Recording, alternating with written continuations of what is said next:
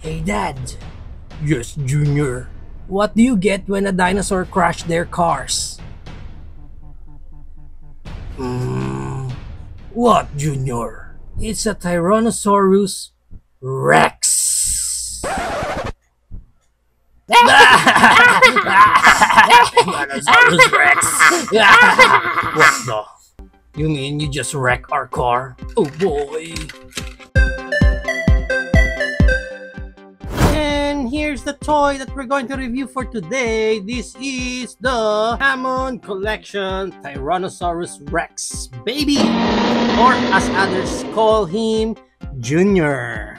And as you can see here at the packaging, we have the Jurassic Park 30th anniversary, and we can see at the window of its packaging yung ating baby T-Rex, and at the back, yun! There's a big sticker na kung saan walang pake na hindi na natin makita yung pinaka picture dito ni baby T-Rex. Anyway, at the side, si baby Rexy, and on the other side, Hammond Collections. On top, yung magandang packaging ng Hammond Collection, and at the bottom, barcode and stuff. Na-unbox natin dito si Junior. Makikita natin na meron siyang backdraft dito na orange, and also naka-clamshell pa si Junior, so yan-clam na natin yan. So as we can see here, nakadalawang portion pa yung baby Rexy natin, and meron siyang included dito ng mga accessories. So ikabit muna natin itong pinaka-tail niya na kung saan ipepeg lang natin yan dyan, and once you snap yung tail na yan, wala na ang alisan niya.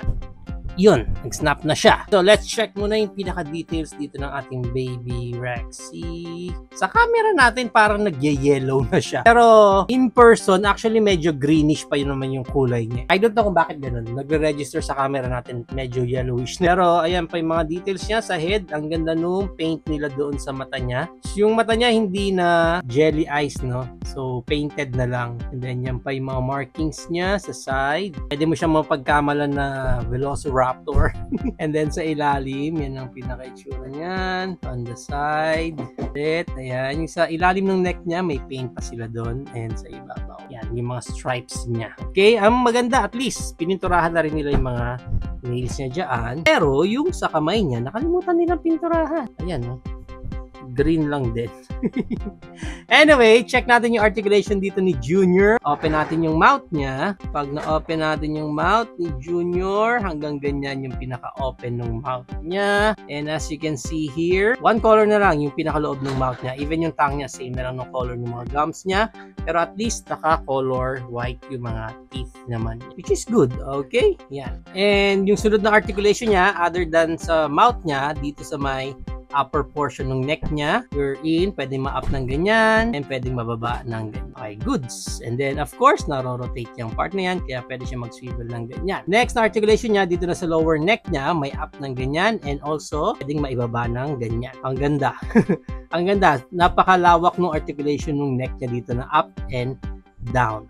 Okay na okay.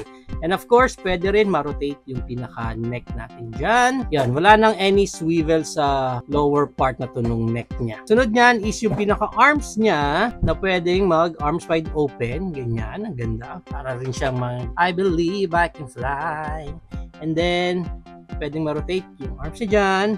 After nun, sa pinaka-elbow na niya, single joint lang naman, pero ang ganda ng pagkakabend dun sa may pinaka-arms niya.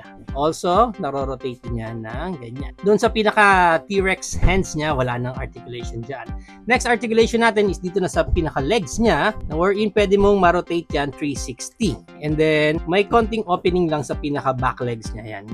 Parang ganyan yung pinaka-opening ng back legs niya. Actually, parang medyo loose yung nakuha natin ka. After nun, dito sa pinaka-knees niya, yan yung pinaka-bend. Ang ganda. And then, pag in-straight yan, ganyan naman ka-straight. Ang ganda, okay yan. And then, naro-rotate yung part na yan.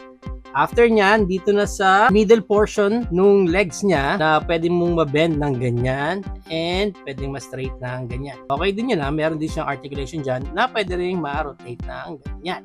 After nyan, dito na sa pinakapaa niya na naro-rotate natin, ganyan, and may back and up ng ganyan, yung pinakapaa niya, which is good. After nun, dito na tayo sa pinaka-tail natin, yung kinonek natin, naro-rotate niya ng ganyan, and may up ng ganyan, and down ng ganyan, and may sideways din na ganyan. yung pinaka-tail niya is wired din. Wow, nice. Ang ganda, di ba? So, pwede mong mabend kasi wired naman yung pinaka-tail natin. Which is good. Ang ganda nung pagkaka-wire nung tail niya dyan. Now, itong T-Rex natin na to comes with a accessories. First is, meron tayo ditong parang pinaka-bandage niya. Yan, white lang siya na parang bandage. Mukha naman siyang bandage kasi this baby T-Rex is doon sa movie ng Jurassic Park 2, which is yung The Lost World. Ito yung parang tinulungan nila kasi ito yung pinilayan na baby T-Rex. So, para mailagay natin, meron siyang parang mahabang peg dyan. Yan, peg lang natin yun. Yan, peg lang natin yan. Yan. Yan siya. Yan ang itsura niyan. Okay? And then, yun ang ikakabit natin dito sa yung pinakapaa. Yan. And then, ka-close natin ang ganyan. Yan. Okay? So, yan ang pinaka-gimmick nung isang accessories niya. Yung isa pa niya accessories dito is itong color brown naman. It's more like parang rubber lang siya. Kasi dun sa movie, is tinakpan naman nila yung pinaka-mouth niya. Tinakpan niya ng belt. So, itong belt na to, dyan naman siya papasok. Ganyan. Yan. Kawawa naman si Baby Rexy natin dito. Yan. Okay. Yan ang pinaka-gimmick nung kanyang accessories. Na kung tatanungin nyo ako, pwede kaya ito ilagay sa pinaka-tail niya? Pwede rin naman kung gustuhin nyo. Ayan. Pag ganyan. Yan. Pwede, di ba? And then, itong sa legs niya, try natin kung pwede dito sa pinaka-neck niya. O, pwede rin. Nagka-stiff neck na si Baby Rexy. Pwede rin, may benda siya dyan. Or gusto nyo, dito na lang din sa may likod ng tail. Yan, dyan na lang din natin ilagay. Yan, pag ganyan, no? Diba? Okay din. Pwede rin naman. I mean, ikaw bahala. Paano mo ipi-play around itong pinaka-accessories niya?